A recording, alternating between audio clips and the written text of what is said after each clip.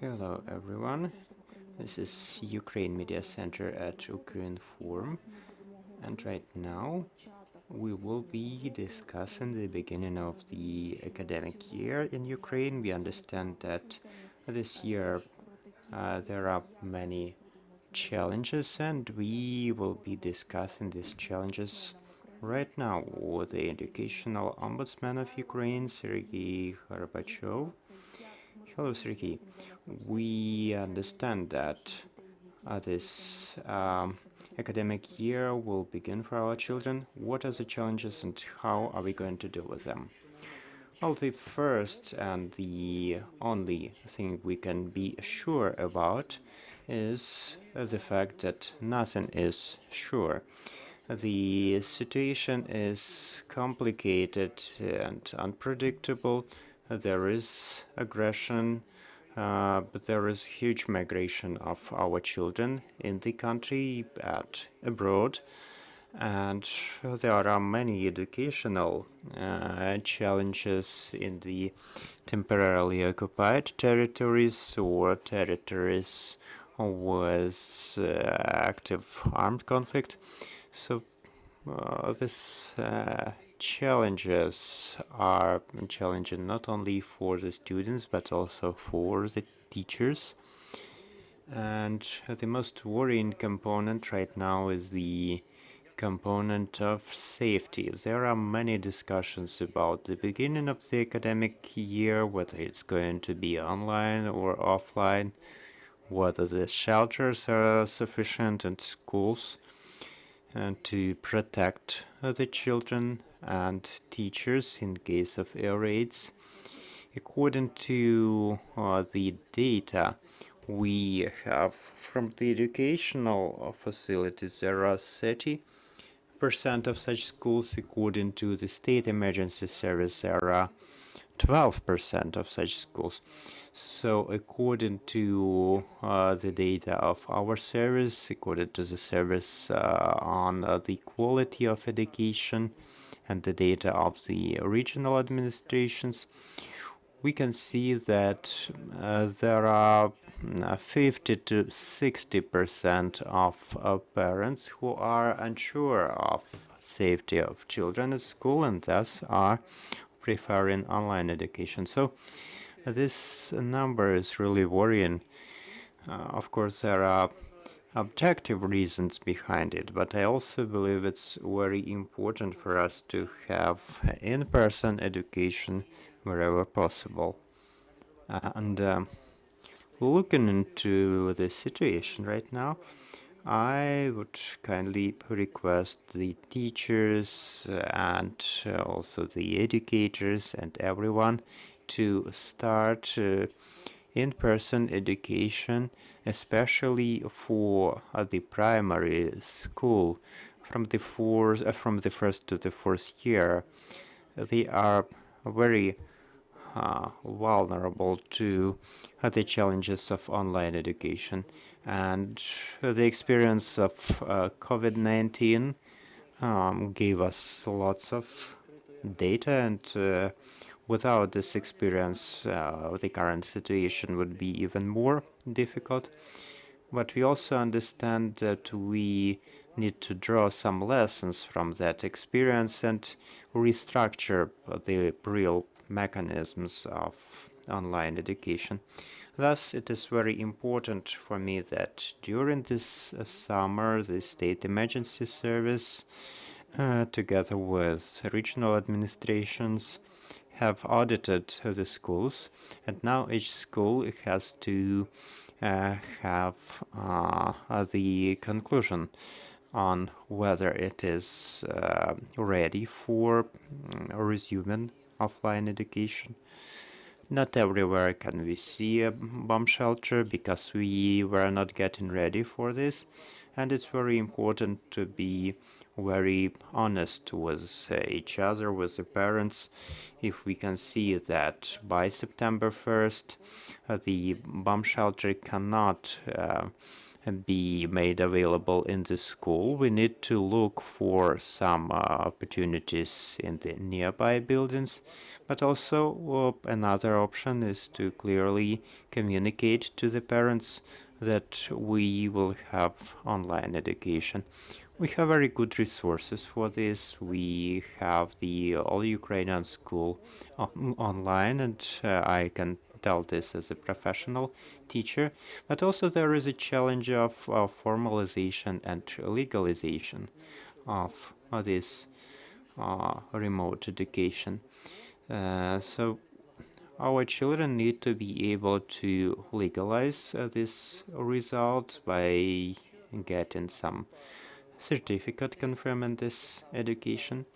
Also, there is a big group of our children, the children who are abroad. They are in quite a worrying situation. According to the legislation of the countries they are in, they have to attend schools there. And we have recently heard the official statement that the Ukrainian children have to come back to Ukraine or attend schools in the countries they are in. That's the position we are surprised to hear. Our children are not there forever. It's not their decision and the decision of their parents to leave for other countries. It's very important for us to keep this connection with our children abroad. Unfortunately, a very small percentage of them have the possibility to study Ukrainian language, history, and literature. I have many people from abroad contacting us, and they have very similar requests. Their children go to school somewhere in Czech Republic, in Germany, wherever they are. They don't know the language. Well, in many cases, they don't. There are some adaptation programs. Sometimes they are good, but it still takes time for the child to adapt. If we want to keep our citizens, if we want to give them the chance to come back to Ukraine at some point, we need to make sure to keep this connection of our children with Ukraine. That's a huge problem, and it should be resolved through bilateral agreements. There is a proposal that has been discussed for quite some time, but for some reason it's not receiving the proper attention. So the idea is that the child attends the school in the country they are in, but also to have 2 or 3 hours during the day for online learning with Ukrainian teachers according to the Ukrainian curricula. It's not 100% solution, but it will give the chance to stay in touch with our children, informing them about our history, language, and other school subjects. And are we ready to provide this training for 2 or 3 hours daily? Are we ready to provide online education to these children? Have we made our homework? Well, there is no one answer to this. Many schools have actually done this, so they are ready to work with our children online. But the problem is, when should they do? Because the timing of classes in the foreign school and in the Ukrainian school, they coincide. So there is a possibility to have some classes during the day. In many cases, the parents have not applied for their children to be transferred from their schools, and according to the Ukrainian legislation, it's impossible to make such transfer without the parents' application. except for the case when the child is in the 9th form. So maybe there needs to be some update in the regulation.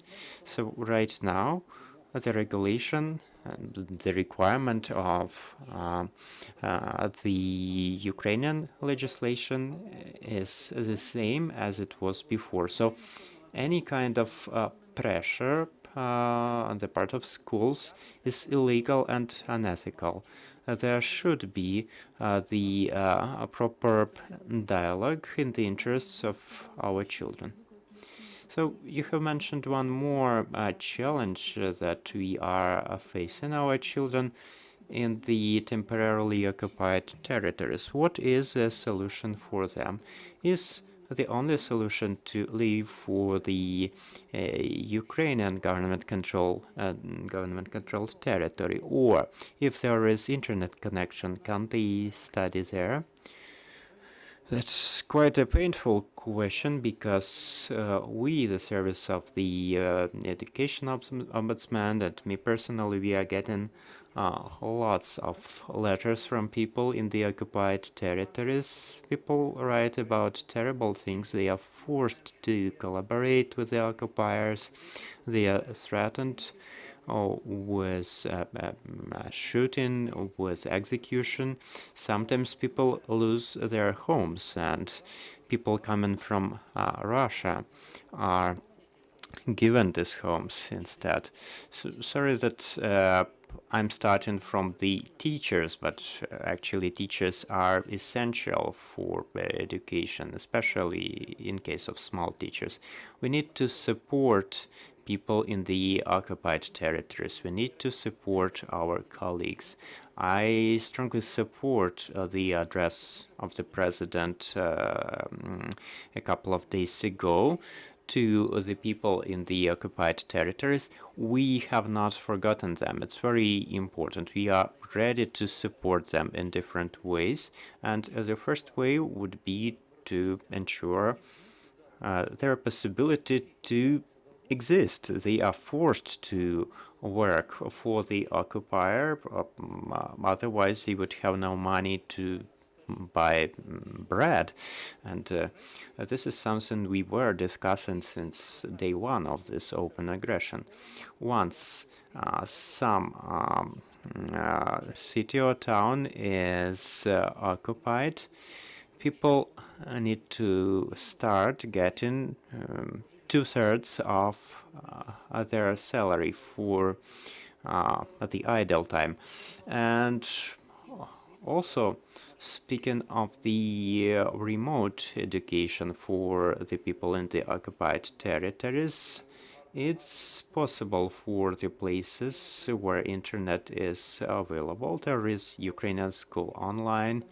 There are online educational platforms.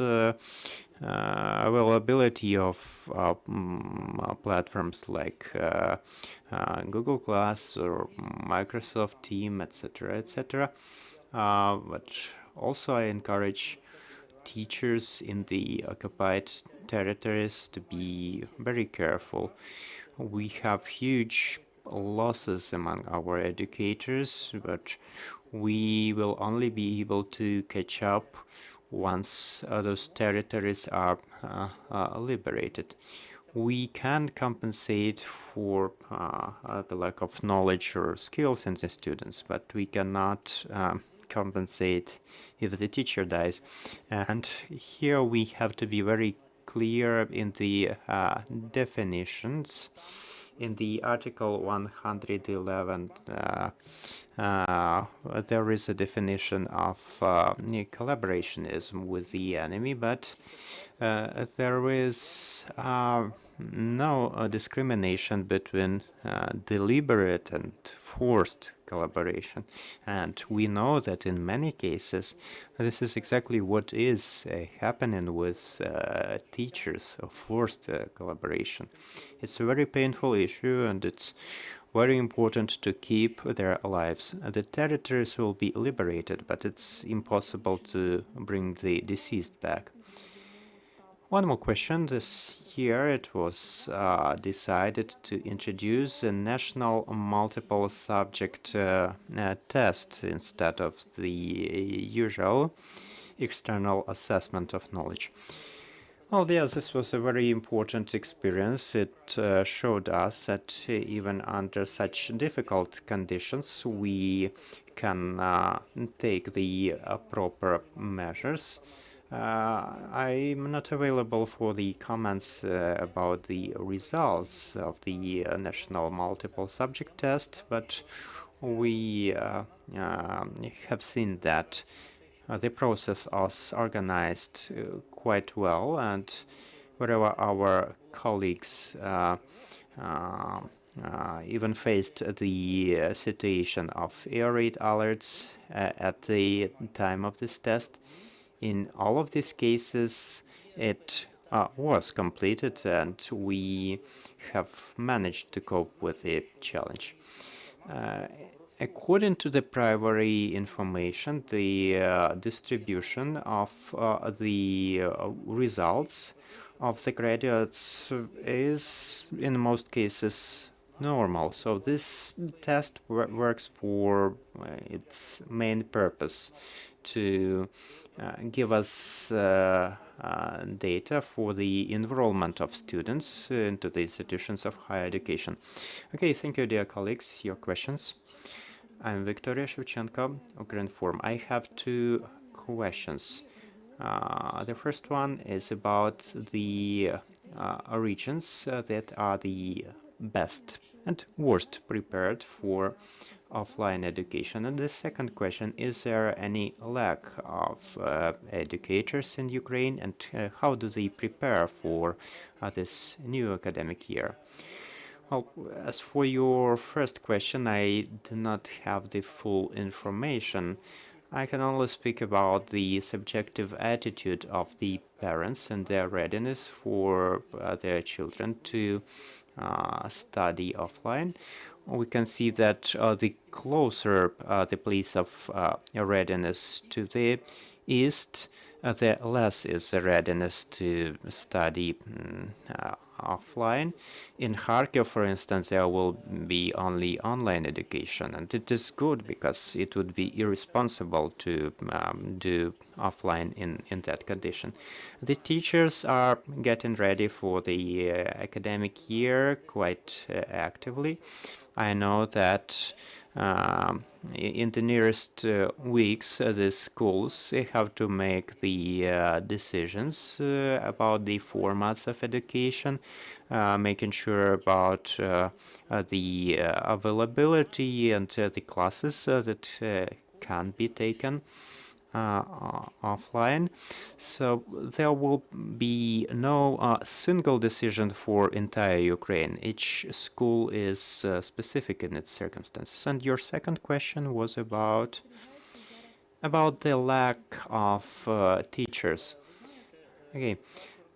So, according to the data of the Ministry of Education, there are 22,000 teachers, which is about 5% of the 450,000 teachers in total. So there is no considerable lack of teachers, and it is good that some of them are abroad because they can work remotely. It is permitted by the legislation. The more noticeable problem is the territorial distribution of teachers in Ukraine.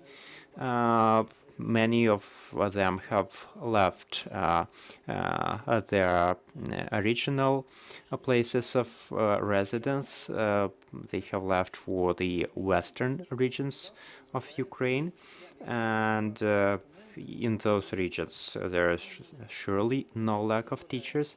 And also the legislation provides for the possibility to resettle and find a job in the safer region.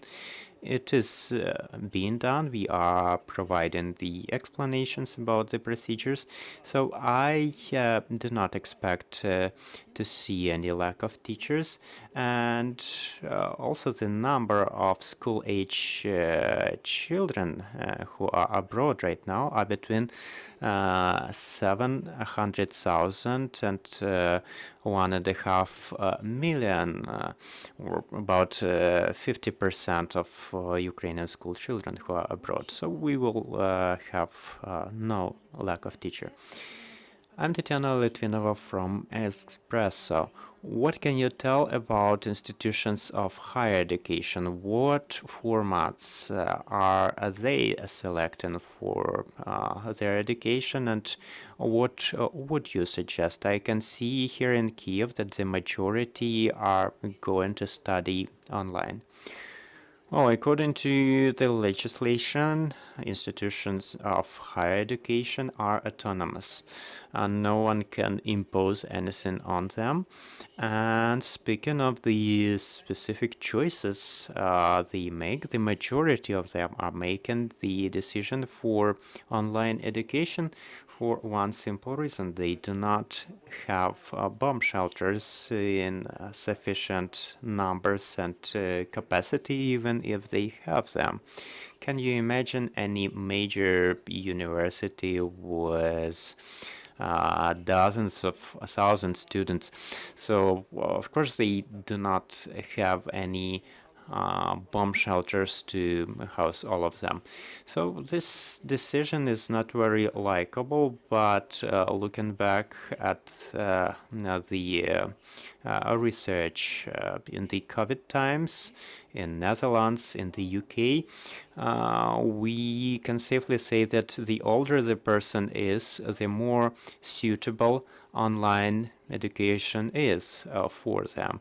And sometimes in the absence of any lockdowns or any kind of active hostilities, this online education is still used. So it's just the issue of how to put it into practice. I'm Pavlo Kovalchuk from ONN.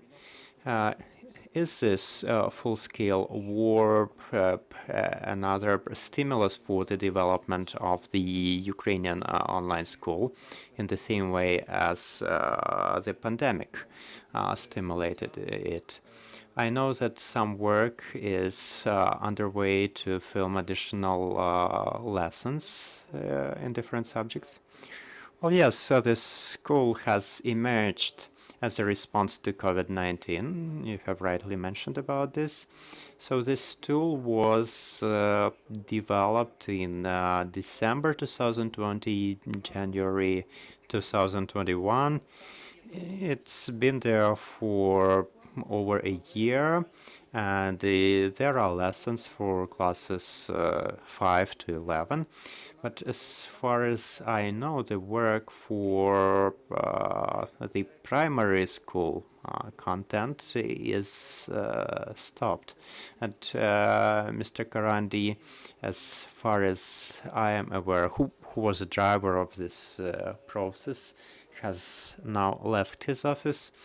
I truly hope that this platform or this resource will be used. It's very important to have classes in this system.